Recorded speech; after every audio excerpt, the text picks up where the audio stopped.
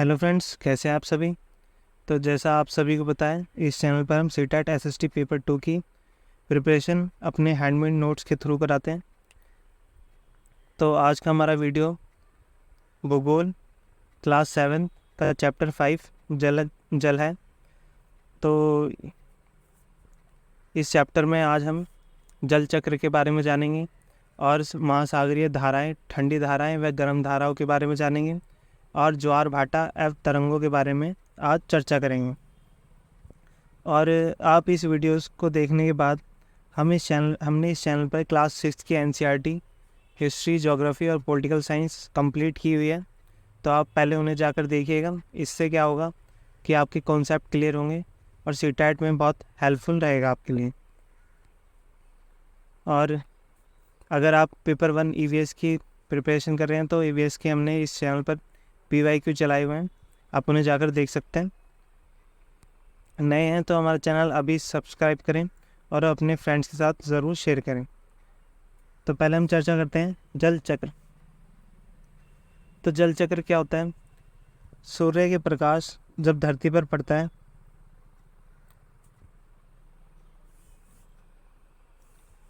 तो वाष्पीकरण की प्रक्रिया प्रारंभ होती है। आप देख सकते हैं डायग्राम में, ये हमारा जल है, ये सूर्य है, ये इसकी किरणें पड़ी तो वाष्पीकरण स्टार्ट हो गया। वाष्पीकरण हमारे पेड़ों से भी होता है, फिर ये बादल के रूप में ऊपर संघनन हो जाता है, फिर ये वृष्टि या वर्षा बनती है इससे, और वर्षा दोबारा धरातल पर आती है और ये चक्र हमारा हमेशा चलता रहता है।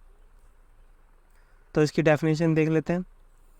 सूर्य के ताप के कारण जल वाष्पित हो जाता है। ठंडा होने पर जल संग्रहित होकर बादलों का रूप ले लेता है। यहाँ से वर्षा, हिम तथा सहिम वृष्टि के रूप में धरती या समुद्र पर नीचे गिरता है। तो आई होप आपको समझ में आया होगा। ये हमारी स्टार्टिंग था चैप्टर का।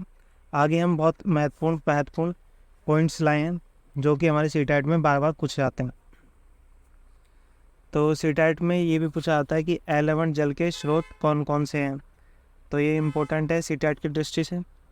तो एलिमेंट जल मुख्य स्रोत नदी, ताल, सोते एवं हिमनद होते हैं। अर्थात फ्रेंड्स, ये चारों हमारे क्या होते हैं? एलिमेंट जल के स्रोत। तो आप इन्हें याद रखिएगा और इस वीडियो का हर पॉइंट आपको बड़े ध्यान से देखना है और नोट्स भी करना है, और हो सके तो इस वीडियोस को बार बार देखें ताकि आपके कॉन्सेप्ट क्लियर हो और रिवीजन करने में आसानी हो। और पेपर का टाइम अब ज़्यादा दूर नहीं रहा है, तो आप अपनी तैयारी गंभीरता के साथ स्टार्ट कर दीजिए। तो कितने स्रोत है फ्रेंड्स? नदी, ताल, सोते एवं हिमनद। महासागर एवं समुद्री का जल लवणीय होता है। इसमें अधिकांश नमक सोडियम क्लोराइड या खाने में उपयोग किए जाने वाला नमक होता है। तो महासागरीय और समुद्रों में अधिकांश कौन सा पदार्थ पाया जाता है? Sodium chloride. ठीक है फ्रेंड्स, आगे बढ़ते हैं। ये हमारी एक्स्ट्रा इन्फॉर्मेशन है जो सीटेट की राइट साइड पे दी गई होती है। तो ये है हमारा थलशाला। आप देख सकते हैं ये कृत्रिम थलशाला है। ये एक कांच के बर्तन के अंदर हमने पेड़ पौधे उगाए हुए हैं। तो यह छोटे घर के पौधे रखने का कृत्रिम आहत होता है। ठीक है फ्रेंड्स, अब देखते हैं क्या आप जानते हैं। पहला पॉइंट हमारा लवणता 1000 ग्राम जल में मौजूद नमक की मात्रा होती है। तो फ्रेंड्स, लवणता को कैसे मापते हैं? तो 1000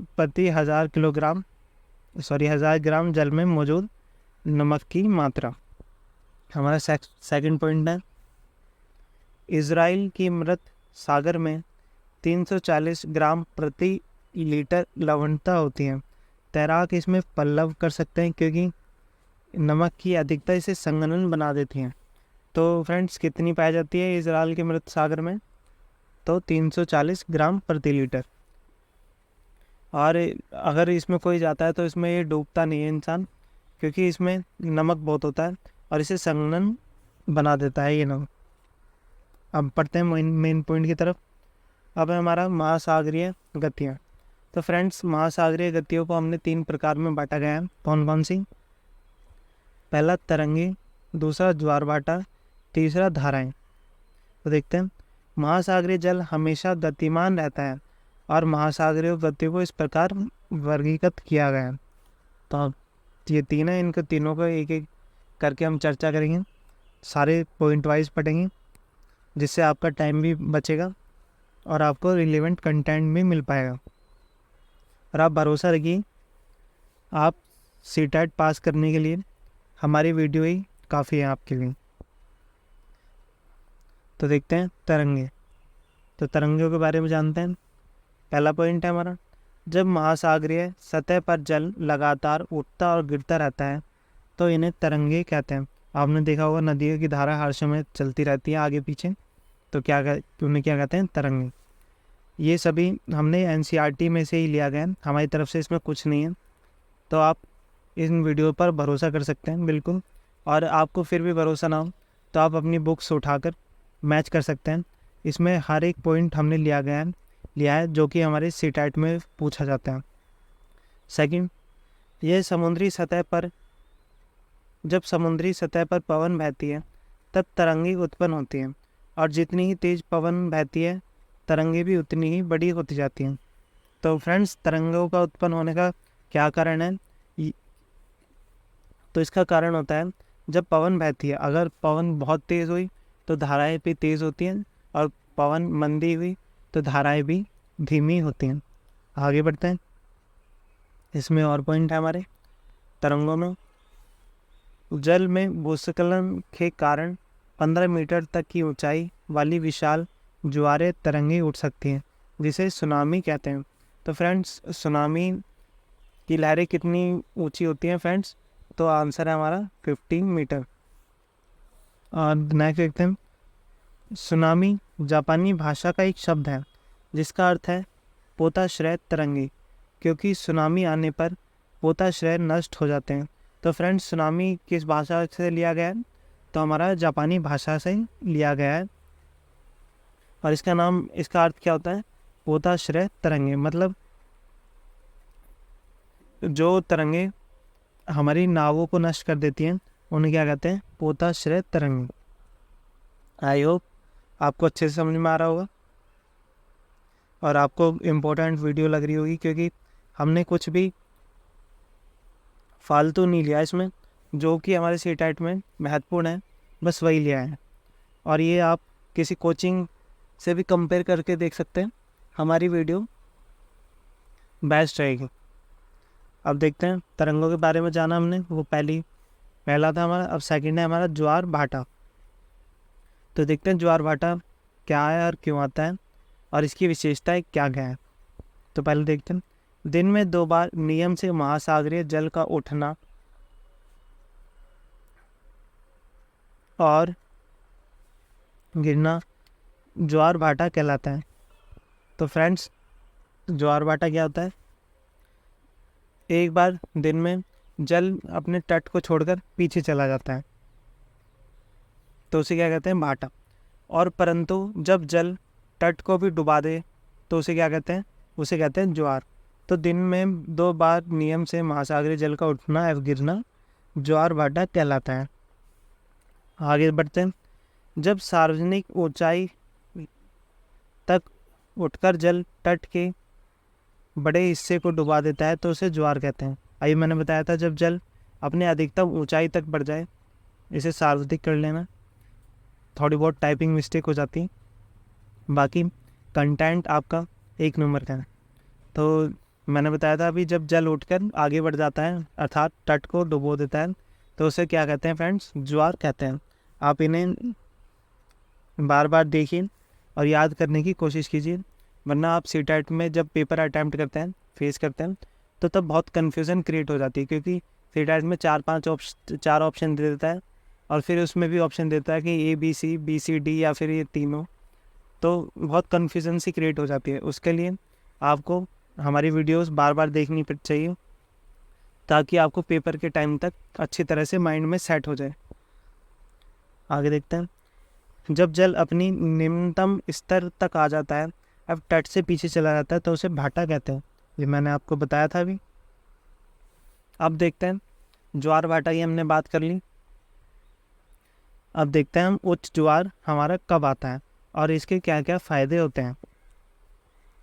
तो सूर्य चंद्रमा की शक्तिशाली गुरुत्वाकर्षण बल के कारण पृथ्वी की सतह पर ज्वार भाटे आते हैं।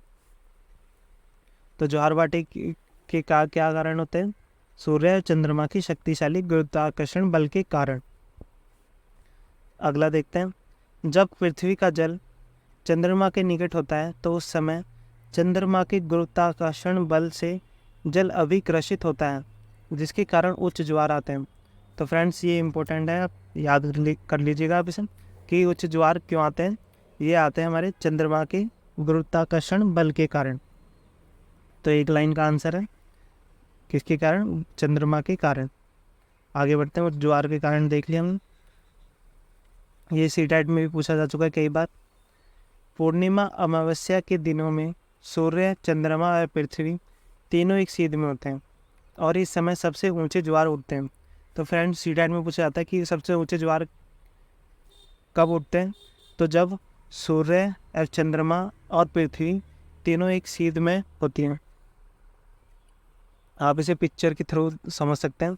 देखिए यहाँ सूर्य है, बीच में चंद्रमा है और यहाँ पृथ्वी है। ये फ़र्क नहीं पड़ता कि चंद्रमा और पृथ्वी की पोजीशन क्या है, पर होने चाहिए बिल्कुल सीध में। ये आगे पीछे भी हो सकते हैं परंतु यहाँ सीध में होने चाहिए। जैसे देखते हैं यहाँ चंद्रमा आगे पर यहाँ चंद्रमा पीछे, परंतु है ये सारे एक सीध में। तो इस कारण क्या आता है हमारा वृत्त ज्वार भाटा। तो आई होप आप समझ चुके होंगे ज्वार भाटा क्यों आता है और किस कारण आता है। अब देखते हैं उच्च ज्वार के लाभ। तो ज्वार के हमारे क्या लाभ होते हैं? पहला, उच्च ज्वार नौ संचालन में सहायक होता है और ये जल स्तर को तट की ऊंचाई तक पहुंचाते हैं। यह जहाज को बंदरगाह तक पहुंचाने में सहायक होते हैं। तो जैसा कि मैंने बताया था, जब ज्वार आता है तो पानी हमारा तट के ऊपर चला जाता है। तो ये हमारे नाव के लिए बहुत अच्छा होता है क्योंकि सीधे हम तट पे लैंड कर जाते हैं। परंतु अगर पानी पीछे चला जाए तो हमें नाव बाहर निकालने में बहुत दिक्कत महसूस होती है। तो उच्च ज्वार के ये लाभ होते हैं कि नौ संचालन अच्छी तरह से हो जाता है। सेकंड लाभ है इसका, उच्च ज्वार मछली पकड़ने में भी मदद करते हैं और उच्च ज्वार के दौरान अनेक मछलियाँ तट के निकट आ जाती हैं। तो सेकंड लाभ क्या है हमारा कि जब उच्च ज्वार आता है तो समुद्र की अधिकतर मछलियाँ तट के किनारे आ जाती हैं, क्योंकि पानी आगे बढ़ता है तो उसके साथ साथ मछली भी आगे बढ़ती हैं। तो ये मछली पकड़ने में हमारी मदद करता है। अब देखते हैं लघु ज्वार भाटा। अभी हमने उच्च ज्वार पढ़ा, अब हम पढ़ेंगे लघु। तो जब चांद अपने प्रथम एवं अंतिम चतुर्थांश में होता है तो चांद और सूर्य का गुरुत्वाकर्षण बल विपरीत दिशाओं से महासागरीय जल पर पड़ता है। परिणाम स्वरूप निम्न ज्वार भाटा आता है। आप इसे डायग्राम की हेल्प से देख सकते हैं। उस ज्वार भाटे में फ्रेंड्स क्या था, ये तीनों एक सीध में थे परंतु अब एक दूसरे के विपरीत दिशा में आ चुके हैं। तो क्या होगा हमारा निम्न ज्वार भाटा। तो आगे देखते हैं। अब हम बात करेंगे महासागरीय धाराओं के बारे में। महासागरीय धाराओं क्या होती हैं? गर्म व ठंडी होती हैं। तो फर्स्ट पॉइंट है हमारा, महासागरीय धारा निश्चित दिशा में महासागरीय सतह पर नियमित रूप से चलने वाली जल की धाराएं होती हैं। तो कौन सी होती हैं? जो निश्चित रूप से बहती रहे।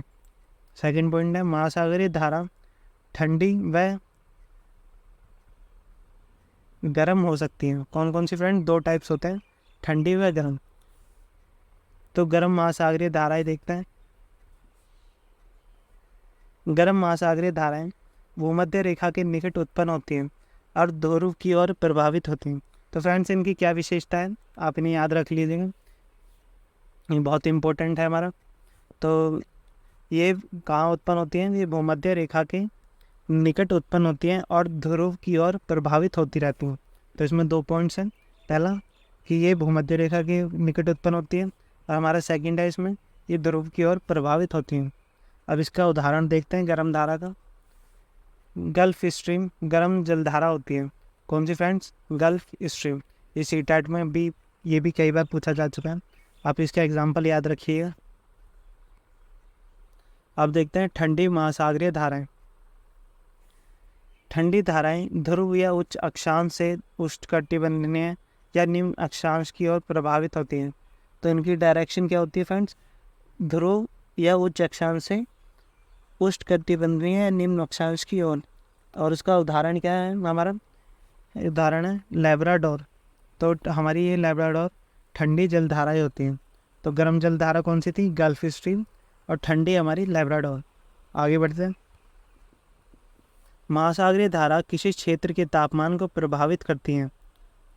तो फ्रेंड्स, यदि अगर उस जगह पर गर्म धाराएं तो तापमान गर्म रहेगा, और परंतु ठंडी धाराएं तो उस क्षेत्र के आसपास का तापमान ठंडा हो जाएगा। तो ये महासागरीय धाराएं किसी क्षेत्र के तापमान को प्रभावित करती हैं, ये सिद्ध होता है। जिस स्थान पर गर्म व शीत जलधाराएं मिलती हैं वह स्थान विश्व भर में सर्वोत्तम मत्स्य क्षेत्र माना जाता है। तो फ्रेंड्स, जहाँ जहाँ समुद्र में गर्म व शीत जलधाराएं एक साथ मिल जाती हैं वहाँ बहुत अधिक मछलियाँ उत्पन्न होती हैं, और जो कि हमारे मत्स्य क्षेत्र सबसे सर्वोत्तम मत्स्य क्षेत्र माना जाता है। तो फ्रेंड्स, क्वेश्चन आता है कि सर्वोत्तम मत्स्य क्षेत्र किसे माना जाता है? तो आंसर रहेगा हमारा जहाँ गर्म व शीत जलधाराएं आपस में मिलती हैं।